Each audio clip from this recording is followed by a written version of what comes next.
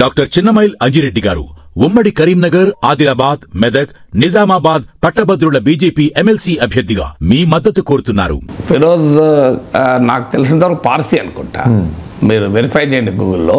కానీ ఒకవేళ ముస్లిం అయితే ఏంటి? భారతీయుడు కదా. భారతదేశ పౌరులందరూ భారతీయులే కదా. షానహాబ్ హుస్సేన్ ఎవరు? ముస్లిం కదా. ముక్తార్ అబ్బాస్ నక్వీ ఎవరు? ముస్లిం కాదు. వీళ్ళిద్దరు మరి బీజేపీ నాయకులు కదా. సికిందర్ భక్త్ ఎవరు? ముస్లిం కదా. మరి వీళ్ళందరూ ముస్లింలే కదా. సో వీళ్ళందరూ బీజేపీలో, మరి బీజేపీ నేతలు కదా నేను చెప్పిన పేర్లు. సో అందువల్ల ఇప్పుడు ముస్లిం అయినంత మాత్రం భారతీయుడు కాదా. సో హిందువా, ముస్లిమా, క్రైస్తవుడా, సిక్కా అనే ఆధారంగా భారతదేశం ఉండదు. భారతదేశ పౌరసత్వం ఆధారంగా ఉంటుంది. మతం ఆధారంగా భారతీయుడు కాదు. ఇది భారతదేశంలో పుట్టిన ప్రతి బిడ్డ భారతీయుడే. ప్రతి బిడ్డ హిందువే అని చెప్పి ఆర్ఎస్ఎస్ అధినేత చెప్తున్నాడు. మరి రాహుల్ గాంధీ హిందువా కాదా అని చర్చ ఏంటి?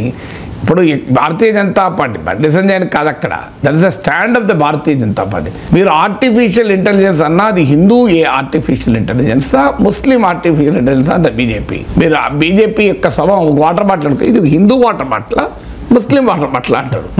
అందువల్ల ఇది ప్రపంచంలో ప్రతిదాన్ని హిందూ ముస్లిం అనే యాంగిల్లో మినహా ఇంకో యాంగిల్ ఉండదు. నేను అందుకే చాలా రోజుల కింద చెప్పాను, భగవద్గీతలో 7వ అధ్యాయం 21వ శ్లోకం మళ్ళొక్కసారి కూడా చెప్తున్నాను. మీరు ఎక్కడ కావాలంటే చూడండి గూగుల్లో.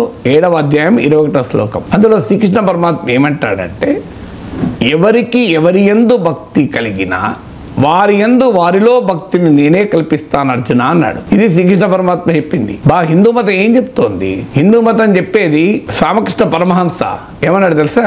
దారులు ఏవైనా చేరే చోటు ఒక్కడికే అన్నాడు. దారులు వేరైనా చేరే చోటు ఒక్కడే అన్నాడు. స్వామి వివేకానంద ఏమన్నాడు షికాగోలో, నేను ఏ దేశం నుంచి వచ్చానంటే మా దేశంలో మా మతంలోనే సత్యం ఉందని నమ్మం, అన్ని మతాల్లోనూ సత్యం ఉందని నమ్ముతామన్నాడు. ఉపనిషత్తులు ఏం చెప్పాయి?